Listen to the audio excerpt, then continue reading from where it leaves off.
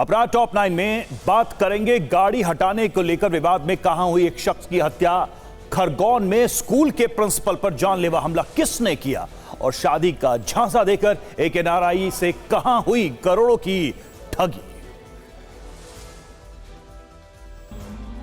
राजस्थान के कोटा में गाड़ी हटाने को लेकर विवाद ऐसा बढ़ा कि बदमाशों ने एक मैकेनिक की पीट कर हत्या कर दी। आरोपी कार सवार युवकों ने बीच बचाव करने आए वर्कशॉप के मालिक को भी पीटा। घटना महावीर नगर थाना क्षेत्र के अहिंसा सर्किल की है। विरोध बढ़ने पर पुलिस ने आरोपियों की तलाश शुरू की। घटनास्थल पर लगे सीसीटीवी को खंगाला जा रहा है।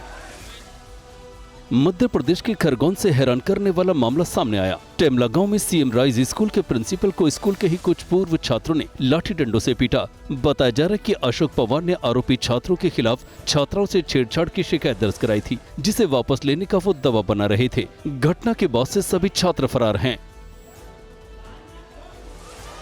पश्चिम बंगाल के हुगली में रामनवमी जुलूस के दौरान स्थिति तनावपूर्ण हो गई। हालात को काबू करने के लिए पुलिस को लाठीचार्ज करना पड़ा। मामला जीटी रोड पर चांपदानी इलाके का है। आरोप है कि जुलूस जैसी एक मस्जिद के पास से गुजरा, कुछ शरारती तत्वों ने अपशब्द का इस्तेमाल किया, जिससे विवाद बढ़ गया। यूपी की बरेली में एक शख्स ने पत्नी की झूठी एफआईआर और प्रताड़ना से तंग आकर आत्महत्या कर ली। मृतक राज की पत्नी सिमरन को पुलिस ने गिरफ्तार तो कर लिया है, लेकिन अन्य आरोपी अभी भी फरार हैं। पुलिस के मुताबिक राज और सिमरन ने अप्रैल 2024 में ही प्रेम विवाह किया था। आरोप है कि सिमरन के घर वालों ने राज की पिटाई भी की थी।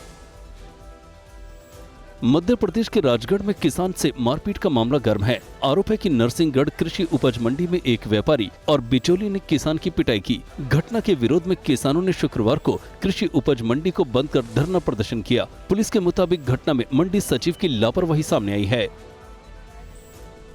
यूपी के बरेली में नकली कॉस्मेटिक और हेल्थ प्रोडक्ट्स बनाने वाली फैक्ट्री का भंडाफोड़ हुआ है।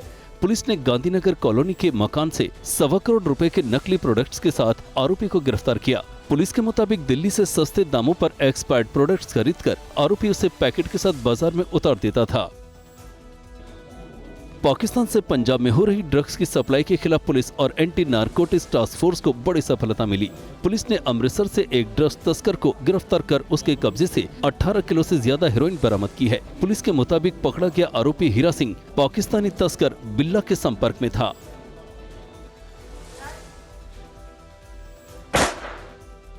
इंदौर में एक युवती के लिए पिस्टल चलाकर केक की मोमबत्ती बुझाना भारी पड़ गया। वीडियो वायरल हुआ तो क्राइम ब्रांच ने कार्रवाई की। हालांकि युवती ने पुलिस को पत्र लिखकर और सोशल मीडिया पर वीडियो जारी कर माफी मांगी है। युवती के मुताबिक वीडियो काफी पुराना है, जिसे उसके किसी मित्र ने धोखे से वायरल कर दिया। एमपी के इंदौर में मैट्रिमोनियल वेबसाइट के जरिए एक सॉफ्टवेयर इंजीनियर को शादी का झांसा देकर 2 करोड़ 68 लाख रुपए की ठगी का मामला सामने आया है। क्राइम ब्रांच ने पीड़ित की शिकायत पर मामला दर्ज कर आरोपी भाई बहन को गिरफ्तार किया है। पीड़ित युवक अमेरिका में नौकरी करता है, जिसे बैंक लोन चुकाने का हवाला देकर आरोपी युवती और उसके भाई ने झांसे में लिया। देश की टॉप 9 खबरों में आज बात करेंगे तमिलनाडु में एआईएडीएमके की एनडीए में वापसी की। गृह मंत्री अमित शाह आज कहां करेंगे दौरा और अमेरिका के टैरिफ प्लान पर क्या बोले केंद्रीय मंत्री पीयूष गोयल।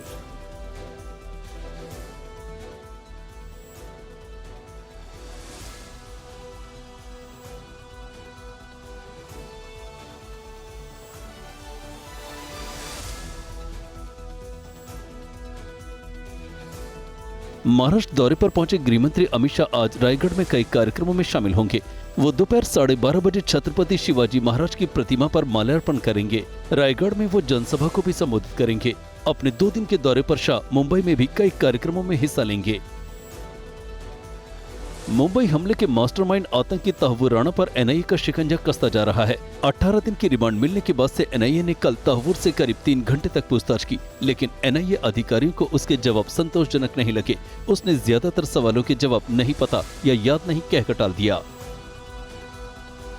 आतंकी तहव्वुर राणा को लेकर एनआईए ने बड़ा खुलासा किया है।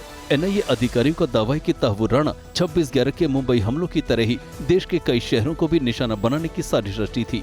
फिलहाल एनआईए की टीम ये जानने की कोशिश कर रही है कि आतंकी साजिश में राणा को फंडिंग कौन दे रहा था।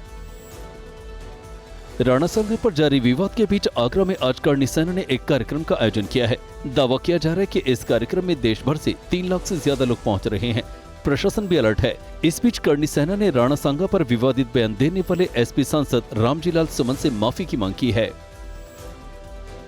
पटना में जनसुराज पार्टी के मुखिया प्रशांत किशोर का पहला ही सियासी शो शुक्रवार को फ्लॉप हो गया। पटना के गांधी मैदान में वो कल पूरे दिन रैली में भीड़ जुटाने का इंतजार करते रहे। मैदान में अपने समर्थकों के नहीं पहुंचने के लिए पीके ने पुलिस प्रशासन को जिम्मेदार ठहराया है। उन्होंने अब 10 दिनों के भीतर बिहार यात्रा शुरू करने का ऐलान किया है। टैरिफ पर अमेरिकी राष्ट्रपति ट्रंप के कदम को लेकर केंद्रीय मंत्री पीयूष गोयल ने बड़ा बयान दिया। उन्होंने कहा कि हम बंदूक रख के कभी समझौता नहीं करते हैं। उन्होंने बताया कि भारत अमेरिका के साथ लगातार बातचीत कर रहा है और देश और जनता के हितों का पूरा ध्यान रखा जाएगा। जम्मू कश्मीर के किश्तवाड़ जिले में सुरक्षा बलों ने आतंकियों के खिलाफ एक बड़ा अभियान चलाया। इस दौरान जैश कमांडर समेत 3 दहशतगर्दों को सुरक्षा बलों ने मार गिराया। ये ऑपरेशन चात्रू के जंगलों में अभी भी चल रहा है। उधर उधमपुर जिले में भी आतंकियों के खिलाफ एक और ऑपरेशन चल रहा है। डीआरडीओ ने सुखोई फाइटर जेट से लॉन्ग रेंज ग्लाइड बम गौरव का सफल रिलीज ट्रायल किया। ट्रायल के दौरान इस बम ने करीब 100 किलोमीटर की दूरी तक अपने टारगेट पर सटीक निशाना लगाया।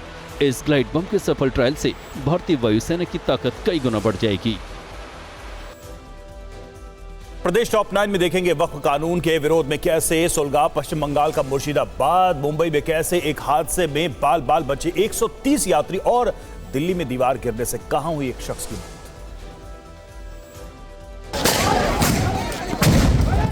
पश्चिम बंगाल के मुर्शिदाबाद में वक्फ कानून के विरोध में फिर हिंसा भड़क गई। डायमंड हार्बर के अमतला चौराहे पर प्रदर्शनकारियों ने कई गाड़ियों को आग के हवाले कर दिया। प्रदर्शनकारियों ने सूती थाना क्षेत्र के साजुर मोड़ में राष्ट्रीय राजमार्ग 12 पर जमकर पत्थरबाजी की। प्राइवेट बसों को भी नहीं छोड़ा। दर्जनों दुकानों में लूटपाट भी की है।